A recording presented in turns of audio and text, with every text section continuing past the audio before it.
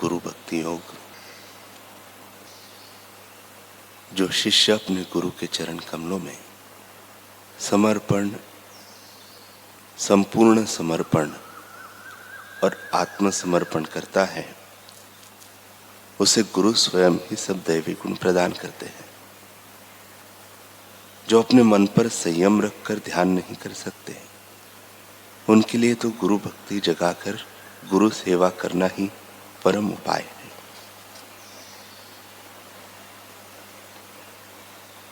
शिष्य को घास के तिनके से भी अधिक नम्र होना चाहिए, तभी गुरु की कृपा उस पर उतरेगी।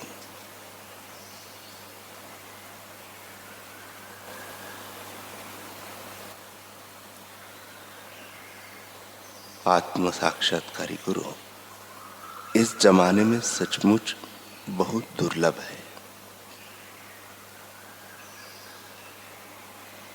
शिष्य जब उच्चतर दीक्षा के योग्य बनता है, तब गुरु स्वयं ही उसे योग के रहस्यों की दीक्षा देते हैं। गुरु श्रद्धा पर्वतों को हिला सकती है, गुरु कृपा चमत्कार कर सकती है। हे वीर, निसंशय होकर आगे बढ़।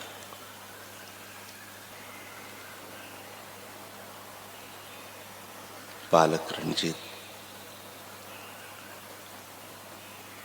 जब 12 वर्ष के हुए, तब ज्ञान, ध्यान और प्रभु प्रेम की प्रसादी से उनकी निर्णय शक्ति और सूझबूझ तो ऐसी निखरी कि दिखने में तो 12 वर्ष का बालक, लेकिन बड़े बड़े विद्वान उसको देखकर नतमस्तक हो जाते थे। रणजीत की आंखों से कभी तो भगवान की बात करते करते आंसुओं की धारा बही, कभी वे उनके प्रेम में समाधि में शांत हो जाए। इस प्रकार उनकी 16 से 19 वर्ष की उम्र भगवत विरह, भगवत चर्चा और एकांत मौन में बीती। अंदर में होता कि जब तक गुरु नहीं, तब तक पूर्ण गति नहीं है। तो सद्गुरु के लिए तड़प पैदा हुई कि ऐसे दिन कब आएंगे कि मुझे साकार रूप से सद्गुरु प्राप्त होंगे। ऐसे विरह अगिन तन लागी, गई भूख अरु निद्रा भागी। सतगुरु को ढूंढन ही लागे, ढूंढे विरकत तपसी नागे। अब भोजन रुचे नहीं और नींद आए नहीं। कभी साधु संतों को देखे तो उनसे मिलने जाए। 19 वर्ष की उम्र हुई। ढूंढते ढूंढते आखिर वह पावन दिन आया। मुजफ्फरनगर उत्तर प्रदेश के पास गंगा यमुना के दोहाबे पर स्थित मोरनातिस नामक स्थल पर उन्हें एक महात्मा के दर्शन हुए, जिन्हें देखते ही उनके मन में प्रेम, श्रद्धा और शांति की ऐसी प्रबल तरंगे उठी कि उन्हें ऐसा प्रतीत हुआ जैसे उनकी वर्षों की खोज आज पूर्ण हो गई। देखते ही देखते दिल खो गया, जिसको खोजता था उसी का हो गया। वे महात्मा और कोई नहीं, बल्कि वही सुखदेव जी महाराज थे, जिन्होंने बालक रंजीत को गोदी में बिठाकर प्यार किया था। जिन सद्गुरु की खोज थी, वे मिल गए। रंजीत ने प्रेममय हृदय और आंसुओं से भरे नेत्रों से सद्गुरु के चरण कमलों में माथा टेकते हुए स्वयं को गुरु चरणों में समर्पित कर दिया। महात्मा सुखदेव जी ने उन्हें विधिवत दीक्षा दी और उनका पारमार्थिक नाम श्याम चरणदास रख दिया। गुरु और शिष्य के बीच दीक्षा शिक्षा 5 प्रहर चली। सुखदेव जी महाराज उनको विभिन्न उपासनाएं, विभिन्न दृष्टियां बताते रहे। अंत में विरक्त सुखदेव जी महाराज ने कहा, अब तुम दिल्ली में दादाजी के पास जाओ, वही अभ्यास करो। संसार के काम, क्रोध, लोभ, मोह, राग, द्वेष, तेरे मेरे के वातावरण में यह युवक एक दिन भी रहना नहीं चाहता था। अपनी भावनाओं को दबाकर सद्गुरु की आज्ञा मान के वे दिल्ली के लिए चल दिए, परंतु उनकी दशा बहुत दयनीय थी। वे गुरु के वियोग में हर क्षण रोते रहे।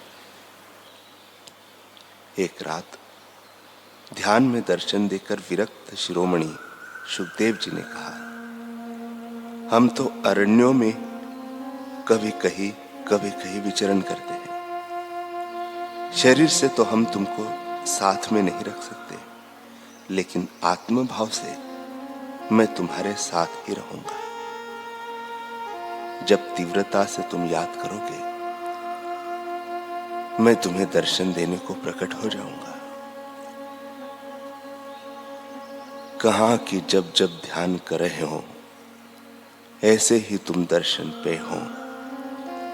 अरु हम तुम कभू जुदे जुनाही, तुम मोह में, मैं तुम्हारे माही। सुखदेव जी महाराज की यह उदारता भरी आशीष पाकर रणजीत को थोड़ा संतोष हुआ। वे दिल्ली में एक जगह गुफा बनाकर ध्यान धारणा करने लगे और 5-5, 7-7 प्रहर ध्यान मग्न रहने लगे। वे एक प्रहर लोगों के बीच सत्संग की सुवास फैलाते। दिल्ली की भिन्न भिन्न जगहों में उन्होंने अपने भिन्न भिन्न कार्यक्रमों द्वारा लोक जागृति की। इस प्रकार कुछ वर्ष बीते और इन महापुरुष के चित्त की शांति से त्रिकाल ज्ञान प्रकट होने लगा। वे बार बार कहते कि मैं तो बुरे से बुरा था, पर मेरे सद्गुरु सुखदेव जी ने मुझ पर कृपा करके मेरा बेड़ा पार कर दिया है। किस काम के थे नहीं, कोई न कोड़ी देह, गुरु सुखदेव कृपा करी, भई अमोलक देह। वाणी उनकी ऐसी थी कि पितु सुमाता 100 गुना, सुत को राखे प्यार, मन सेती सेवन करे, तनसु डाट अरुकार। मात सुहरि 100 गुना, जिनसे 100 गुरुदेव, प्यार करे अवगुण हरे, चरण दास सुखदेव। पिता से माता 100 गुना अधिक बच्चे को प्यार करती है। मन से उसको चाहते हुए भी उसकी भलाई के लिए बाहर से डांटती है। ऐसे ही माता से भी 10,000 गुना अधिक प्यार देने वाले सद्गुरु मन से तो स्नेह करते हैं और बाहर से डांटते हैं। इसलिए साधक उनकी डांट तेरा हित करेगी। कभी भी अपने सद्गुरु से कतराना नहीं, गुरु से दूर जाना नहीं, गुरु के प्रसाद को पावन अंतःकरण में ठहराए बिना रुकना नहीं।